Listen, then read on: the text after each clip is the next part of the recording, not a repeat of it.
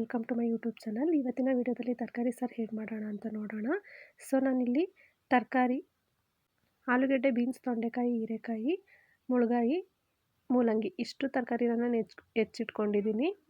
ಖಾರಕ್ಕೆ ಬೇಕಾಗಿರೋಂಥ ಮಸಾಲೆ ಪದಾರ್ಥಗಳು 2 ಟೊಮೊಟೊ, 1 ಈರುಳ್ಳಿ, ಒಂದು 4ರಿಂದ 5 ಗೆಡ್ಡೆ ಬೆಳ್ಳುಳ್ಳಿನ ಹಾಕೋಬೇಕು. ಒಗ್ಗರಣೆಗೆ ಅಂತ ಈರುಳ್ಳಿ ಮತ್ತು ಟೊಮೊಟೊ ಹೆಚ್ಚಿಟ್ಕೊಂಡಿದ್ದೀನಿ. ಈಗ ತೆಂಗಿನ ತುರಿನ ಹಾಕೋಬೇಕು. ನೆಕ್ಸ್ಟ್ ಒಂದು 3 ಟೇಬಲ್ ಸ್ಪೂನ್ ಸಾಂಬಾರು ಪೌಡ್ರನ್ನು ಆ್ಯಡ್ ಮಾಡಿಕೊಂಡು ಇದನ್ನು ಸ್ವಲ್ಪ ನೀರು ಹಾಕ್ಕೊಂಡು ಮಿಕ್ಸಿ ಜಾರಲ್ಲಿ ಗ್ರೈಂಡ್ ಮಾಡ್ಕೊಂಡು ಬರಬೇಕು. ನಾನು ಇವಾಗ ಗ್ರೈಂಡ್ ಮಾಡ್ಕೊಂಡು ಬರ್ತೀನಿ. ನೋಡಿ, ಮಸಾಲೆನ ಈ ಕನ್ಸಿಸ್ಟೆನ್ಸಿಲಿ ಗ್ರೈಂಡ್ ಮಾಡಬೇಕು. ನೆಕ್ಸ್ಟು ನಾವು ತರಕಾರಿನ ಚೆನ್ನಾಗಿ ತೊಳ್ಕೊಬೇಕು. ನೀರು ಹಾಕಿ ಚೆನ್ನಾಗಿ ತೊಳ್ಕೊಬೇಕು. ನೋಡಿ, ನಾನು ಯಾವ ಥರ ತರಕಾರಿನ ಕಟ್ ಮಾಡ್ಕೊಂಡಿದ್ದೀನಿ. ನೆಕ್ಸ್ಟ್ ಗ್ಯಾಸ್ ಸ್ಟವ್ ಆನ್ ಮಾಡಿಕೊಂಡು 1-2-3 ಟೇಬಲ್ ಸ್ಪೂನ್ ಆಯಿಲ್ ಹಾಕಬೇಕು. ಆಮೇಲೆ ಸಾಸಿವೆನ ಹಾಕಬೇಕು. ಸಾಸಿವೆ ಹಾಕಿದ ನಂತರ ಈರುಳ್ಳಿನ ಹಾಕಿ 1 ನಿಮಿಷ ಫ್ರೈ ಮಾಡಬೇಕು. ಅದಾದಮೇಲೆ 1 ಟೊಮೊಟೊ ಹಾಕಿ ಅದನ್ನು ಸಹ 1 ನಿಮಿಷ ನಾವು ಫ್ರೈ ಮಾಡಬೇಕು. ಹಸಿ ವಾಸನೆ ಹೋಗೋ ತನಕ ಫ್ರೈ ಮಾಡಬೇಕು. ನೋಡಿ, ಇವಾಗ ಈರುಳ್ಳಿ ಮತ್ತು ಟೊಮೊಟೊ ಚೆನ್ನಾಗಿ ಫ್ರೈ ಆಗಿದೆ. ನಾವು ಏನು ರುಬ್ಕೊಂಡಿರ್ತೀವಿ ಆ ಮಸಾಲೆ ಪದಾರ್ಥನ ಆ್ಯಡ್ ಮಾಡಬೇಕು. ಆ್ಯಡ್ ಮಾಡಿಬಿಟ್ಟು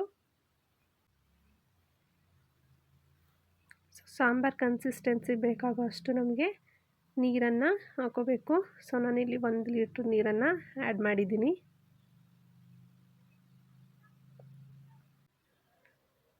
ನಮಗೆ ಎಷ್ಟು ನೀರು ಬೇಕೋ ಅಷ್ಟು ಆ್ಯಡ್ ಮಾಡಿಕೊಂಡು ಸಾಂಬಾರನ್ನ ತಿರುಗಿಸ್ಬೇಕು.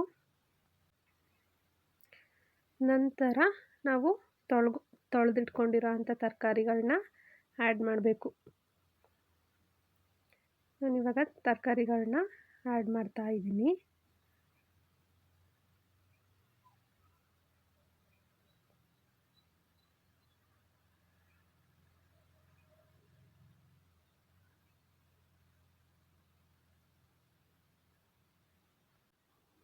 ನೆಕ್ಸ್ಟು ನಾನು 1 ಕಪ್ ತೊಗರಿಬೇಳೆನ ತೊಳೆದಿಟ್ಕೊಂಡಿದ್ದೆ. ಅದನ್ನು ಸಹ ಇವಾಗಲೇ ಆ್ಯಡ್ ಮಾಡ್ತೀನಿ.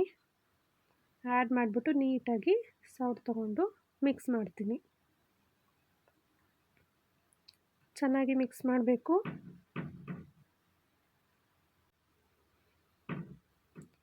ನೆಕ್ಸ್ಟು ಮಿಕ್ಸ್ ಮಾಡಿದ ನಂತರ ರುಚಿಗೆ ತಕ್ಕಷ್ಟು ಉಪ್ಪನ್ನು ಆ್ಯಡ್ ಮಾಡಬೇಕು.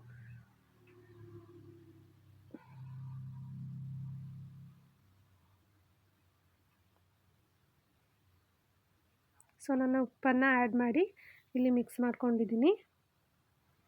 ನೆಕ್ಸ್ಟ್ ಕುಕ್ಕರ್ ಮುಚ್ಚಳ ಹಾಕಿ 1 ವಿಷಲ್ನ ಹಾಕಿಸ್ಬೇಕು. 1 ವಿಷಲ್ ಆಗಿದೆ. ಸಾಂಬಾರು ರೆಡಿಯಾಗಿದೆ. ಮುದ್ದೆಗೆ, ರೈಸಿಗೆ ತುಂಬಾ ಚೆನ್ನಾಗಿರುತ್ತೆ. ಈ ವಿಡಿಯೋ ನಿಮಗೆ ಇಷ್ಟ ಆದರೆ ಲೈಕ್ ಮಾಡಿ, ಶೇರ್ ಮಾಡಿ, ಕಮೆಂಟ್ ಮಾಡಿ. Thank you for watching.